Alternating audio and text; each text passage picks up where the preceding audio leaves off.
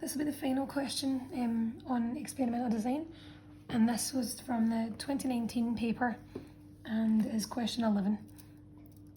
So, as I've done plenty of times before now, because I've done loads of these videos, we need to highlight the key points from this first blurb, okay? So this is an example of a water flea, a diagram of a water flea, which is a microscopic little invertebrate animal, and it lives in ponds and water and things. So water fleas are used in a lot of investigations. So they investigate the effect of a lot of chemicals and heart rate. Okay, so like sleeping pills, caffeine, things like that, because they can really be easily studied.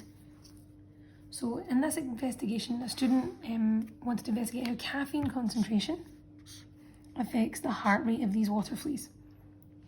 So this little flea was placed in a small container of pond water, okay, and left for 5 minutes.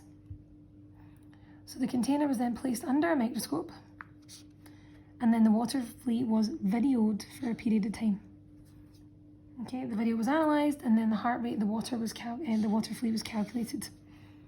This procedure was then repeated using different concentrations of caffeine. So this, again, is what they are changing.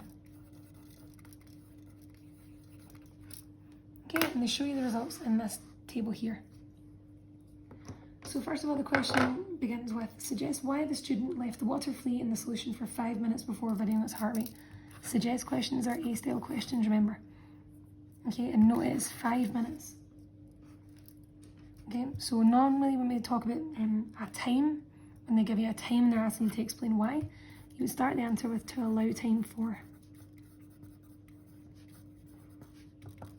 Okay, and that would be to allow time for example, the water flea to get used to the conditions.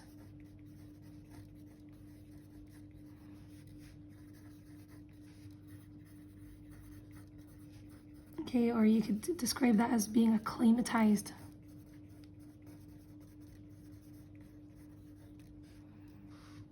Okay, you could also say to allow time for the caffeine to take effect, because it is the caffeine that is the thing that is causing the change in heart rate, hopefully. Okay, or for the caffeine to enter the flea, because it has to then diffuse or move into the flea.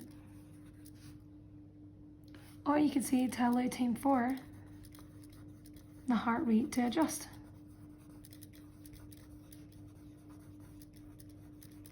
Okay, or to stabilize, or to return to resting in between the time that they give that. So all these questions really start with to allow time for. Okay, it's to allow time for something to happen. They give them 5 minutes for something to happen. Okay, so jumping over. Next question asks, and again it's a suggest question, so it's normally an A-style question. So suggest why the student videoed the water flea rather than simply counting its heartbeat. So this little thing, because it is so small, its heart rate is massive. Now if you look at that table, you'll see that the heart rate is really high. So when you count your own heart rate, it's normally about 60 to 80, depending on what you're doing, 60 to 80 beats per minute. Okay, so that's around about a beat per second. Now this is way higher. It beats way more than once a second. So to actually count that is nigh on impossible. So what you can then do is it can be played back if you video it. So it can be played back. Okay, or in this experiment, often what you would do is you would slow it down. Okay, or it allows you to get a more accurate reading so you can be more precise about it, or to make it easier to count.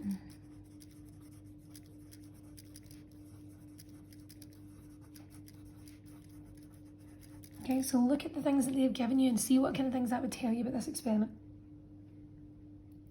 Alright, the next question is about using data from the table. Describe the changes that occur in the heart rate as the caffeine concentration increases. So for this question, you need to have a trend, you need to have values, and you need to have units. Okay, 1 mark for trend, 1 mark for values and units. So if we look at this table,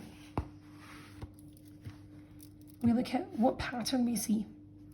And then notice as we increase caffeine concentration, this heart rate of the water flea goes up.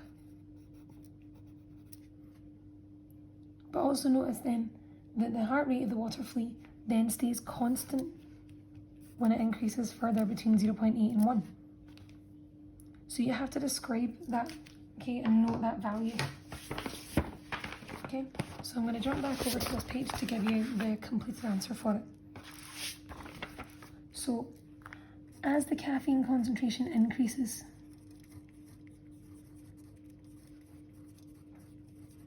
okay, because that's what they're changing, that's what you must start with. Okay, and you need to give values now.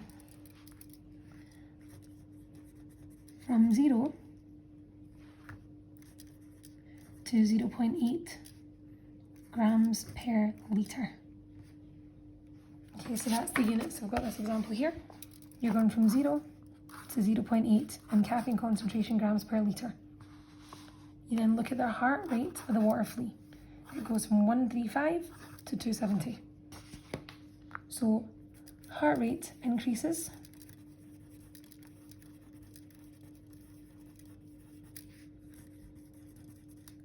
from 135 to 270 BPM. Remember your units. Okay.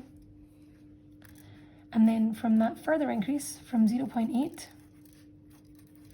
to 1.0 grams per litre of caffeine,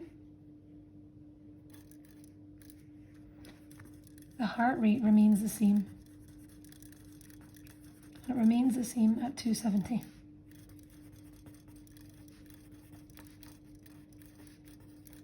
Beats per minute. Now notice how you have the trend. You've got increases and then increases and then it stays the same. Okay, so that's one mark for your trend.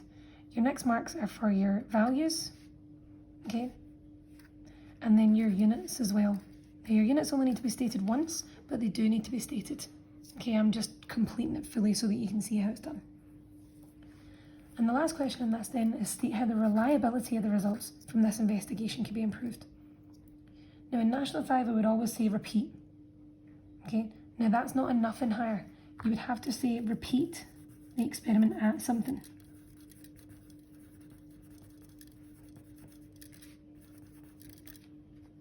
Okay, so you can say the experiment would need to be repeated at each caffeine concentration because that is what they're changing. Okay, so repeat the experiment at each caffeine concentration.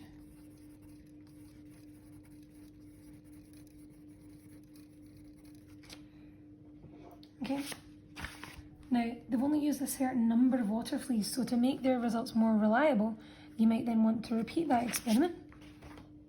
Okay, so again, I'm just going to use this to show that it means the same as above.